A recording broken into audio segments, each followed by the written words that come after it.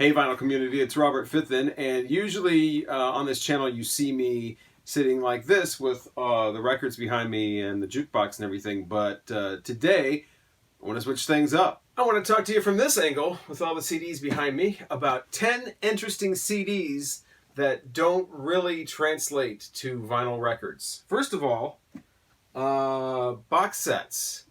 Back when box sets first came out, they were actually in the shape of records. You know, they had to put them in the I guess the LP bins and whatever, so they had to make them fit like that. And if you notice, it's all record size, and then you open it up, and then here's where the CDs go. I always keep the CDs on the shelves because box sets are a pain. You got to open all this stuff up, but nice big booklet, very weird, like 2-color thing going on here with every page just a different color. Pretty kind of cheap, cheaply made actually, when you compare it to what was happening later. But yeah, this is how box sets first were. You got Rocky Horror Picture Show, Rolling Stones here. By the way, awesome, incredible box set. This one's all right.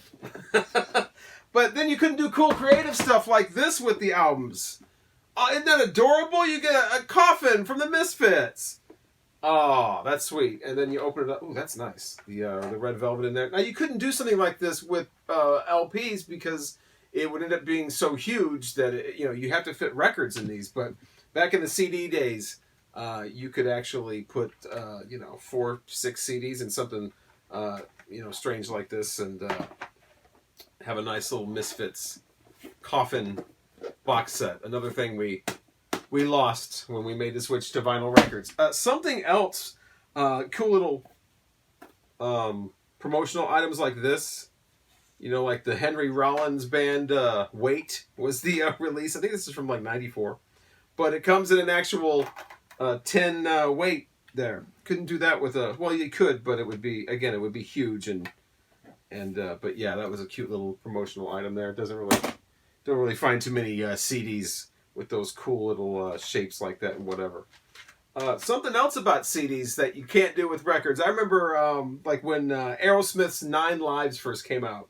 This was one of the early versions of something that you could put also in your computer and play games on. Like early version of like Guitar Hero on here, where you could actually like play along with certain songs. And enhanced CDs. You don't get that with vinyl records. We had to say goodbye to enhanced CDs, which, by the way, I don't mind saying goodbye to any of this so far for vinyl records. Of course, hopefully you've seen some of my other videos. I talk a lot about records and record collecting and whatever. This is in no way to like go off and say that, compare one of the... This was just something to things that you don't get with records anymore.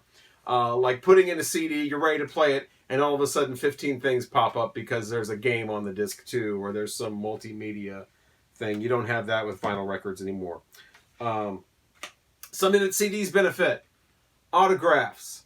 Walking around a concert all day, all evening, waiting to meet and greet later on. You can have one of these, slip this in your pocket. Slip it out. Hey, Willie, sign it for you. And you can take it home, put it in your CD. You got a signed Willie CD. Hopefully you got a picture of you signing it. Boom. It's hard to walk around with like a record. Hopefully you're not taking the vinyl record to the concert. You would just take the sleeve or wherever you're going, the convention or wherever the rock stars hang out on, like Rock Star Cruise or whatever. And, you're taking the big record jackets with you is kind of like cumbersome compared to like when we used to just take a little CD booklet with us. One reason I think we all love vinyl records is because of the sound. There's just that certain sound, especially when you get them mastered properly. There's CDs, I guess, that are mastered properly as well. But an example of one that is not, one of the worst sounding CDs I've ever heard, the Marshall Tucker Band. By the way, I think I don't know what number we're on here as far as interesting things about CDs or interesting CDs, but this one is only interesting because of how horrible it sounds. This is an extreme example of the loudness wars. I don't know if you're familiar with that, but it's basically where all of these CD engineering production basically got together, and everybody started I think this was like 94, 95, I remember this starting. Everybody started to be louder than everybody else. And everybody had to have the loudest CD, and everything started to get more and more compressed. And if you really looked at what was going on in like a wave file situation, you got to see, you know, wave files that instead of looking normal like you would expect music to look with a lot of fluctuations and, you know, pretty little things, they looked like solid bricks because everything was just so compressed. That's the loudness wars. That's just one of the different types of compression problems that you run into with digital. And this is an extreme example. So if you ever want to win somebody over to LPs and you, man, listen to how horrible digital compression can sound. The Marshall Tucker Band's greatest hits. Unfortunately, I think this is Shout that put this out. They redid all their original albums like this too. So it's hard to find the quality sounding Marshall Tucker Band albums from the early days where they don't have all that compression on them. It's really too bad. You got to go get the vinyl records. You know, if you want to hear Marshall Tucker Band the way they're supposed to be heard, you either got to get the original issue CDs like this one or the vinyl records. There's always that. CDs are collectible, just like vinyl records. As a matter of fact, I found out that apparently there are these Target CDs that look like this. These were some of the first CDs that were ever pressed in Japan. And if you find them at a flea market or wherever for 50 cents, might as well pick one up or whatever. They apparently are a little lower in volume, but if you turn them up, they sound, you know, completely non-compressed. This is before CD demastering became, I guess, perfected or whatever, or standardized. And they were coming off of just like the original master tape with hardly any compression at all. So these Target CDs, Warner put these out, and then all their subsidiaries, but they have the little things here. You can see that's why they're called Target CDs. And the full face ones that aren't clear like that are actually the older ones that are where the collectability comes in. So Target CDs, look for those if you want to start a CD collection, because you know that's coming. You know that there's going to be a point when CDs start coming back and everybody's like, oh man, I got to get that one weird reissue of the one Ozzy thing with the, yeah, right. And speaking of reissues, that's something that we kind of miss with CDs too, is bonus tracks. I brought that up in another video. What are we going to do about bonus tracks, especially when you've listened to a CD for 25 years and you're used to those 2 extra tracks at the end? Judas Priest, Sin After Sin for me is a perfect example. Race with the Devil, with the Gun remake, the band Gun from 1968. Judas Priest remake of that is, have you heard it? It's incredible. Not on the $30 LP that you're going to buy on vinyl. Sorry, I don't know where it is, but it's on this CD, and there's all you know that if you collected CDs, you know that there are countless bonus tracks that are well worth the being included on an album as well.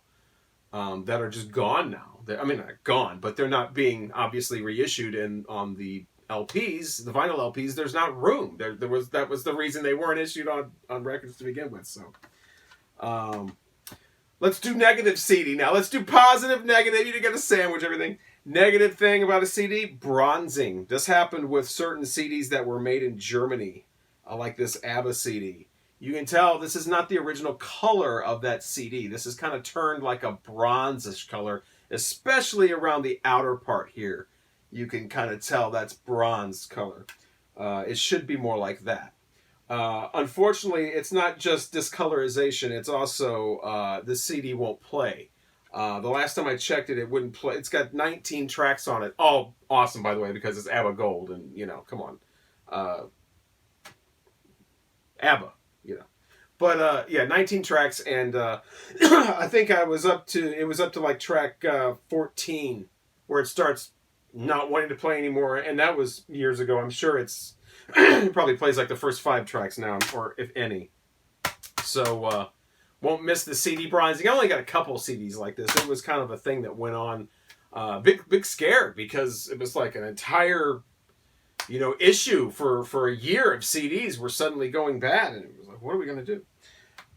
Oh, here's something you miss about old CDs. Remember when it was like You're going out now. You're trying to. You want the Jefferson Airplane. You got to have that Serialistic Pillow reissue. You know, you're gonna get the reissue. Which one do you get though? It's $30. Do you get the stereo, the one that sounds better, or do you get the mono one, the one that everybody says sounds better? Oh my God! What? Remember when you could get both? You could have both. Both the stereo and the mono. Yeah. Now you got to choose again. Records are back, man. You got to choose which one you want, unless you buy both and then pay whatever. Here's a little smart ass thing that we had to say goodbye when we said goodbye to CDs. Prince, Lovesexy. It's a couple CDs like this. This is probably one of the more familiar ones. This is the first issue of Prince, Lovesexy, and there are 1, 2, 3, 4, 5, 6, 7, 8, 9 tracks on here. No, that's incorrect. There are 9 songs on here. There's 1 track on here. Just one track. Prince apparently, reportedly, wanted you to hear the whole album all the way through. It was a masterpiece. It was a piece of art, and it needed to be, like a record, like us we vinyl lovers, we want to hear the whole thing. Okay. But what if you're like in the mood, hey, I really want to hear I Wish You Heaven right now. I mean, something just happened and I really want to hear that song. Oh, that'd be perfect right now. Back when this was first out, before, this was 88, so you're not ripping things yet. You're not seeing WAV file. You're not making your own files and stuff like that. So in order to hear track 8, you would put this in and have to sit there and hold your finger through and skim, basically, through almost an entire album to get to track 8 or 9. And it was, come on. Can't do that anymore with it. I mean, you just pick the needle up and put it wherever you want. You can't pull that nonsense with us anymore. Okay, so, here's an interesting one. 9 Inch Nails, because the thing about CDs is we miss the whole, 12-inch, 7-inch, and whatever. But wait, when you get the 9 Inch Nails Broken EP, I think the early ones are the only ones that had this in there. I mean, come on. How cute. Could you just die? Look at that little 9 Inch Nails CD with a little hidden track on there like, ooh, aw, come on. I mean, the Misfits Coffin, the little 9 Inch Nails CD, I mean, it was the hardest bands that had the cutest stuff. Really, it was. Something I'm not going to miss is bands like Wilco go ahead and doing that thing where they would put out a 2 CD set, but it was the length of less than 1 CD. Like, they could have put the whole thing on 1 CD, but for art reasons, that was on 2 discs. Now, this is a legitimate 2 record. So, it all comes back around. I mean, like, Wilco, saw the future. Because that's a problem with records when they come out with, usually releases around this time. They got that weird thing where they take up 3 sides of an album, so you don't know what to do. Wilco saw the future, and this fits perfectly on a 2 record set. So, what do we know? What do I know? Oh, I'm going to miss dead plastic flies in the spines of CDs. You can't put dead plastic flies in records. It'll scratch them. It's an Alice in Chains jar of flies where little plastic dead flies in the thing here, trapped forever. Can't do that on the... We had to say goodbye to the dead flies when we went to vinyl, unfortunately. Okay, lastly, and I'm sure we're up to number 14 now in this 10 interesting CDs or interesting things about CDs. Okay, but finally, this is kind of like where the very end of the CD era, when things like this started happening. You get Dr. John's almost entire discography, and you could put this in your pocket. You get Wilson Pickett, 5 albums, just one after the other. This is his prime album. This is the exciting Wilson Pickett and the sound of Wilson Pickett, all those. The one with, obviously, all the big, huge hits that people remember on all these 5 albums. Just little cardboard, they've been reduced to kind of a little thing that you put in a... I mean, I guess it's cool, but at the same time, is that what you really want? These awesome things reduced to this little thing, and this little cardboard slip thing? Here's the complete stack singles. This used to be a huge box set, like those big LP size ones. Now this is down to this 9 full CDs. These things are all almost 80 minutes. Full CDs, 9 of them. with this little booklet and these little slip sleeves. So much incredible music on here. The entire output of a record label for like, I think a decade on here. And just, now it's all in the little convenient little, again, very, very cool, very compact, very like sleek. But I think this is why people maybe went back to vinyl albums. Deep Purple. 10 Deep Purple albums. Ooh, that feels good though. That's a nice little matte finish. But, you know, little things, and then 10 Deep Purple albums in a little slip thing you can just drop down, you know, and, you know, the CDs all come out, they start looking like the old record labels. It's like, it starts to feel less like its own thing and more like a replica. You know, like these aren't real. These are like versions of the real thing. So I think when this kind of extreme thing started happening, again, very convenient, very sleek, very compact, very travel light type, convenient.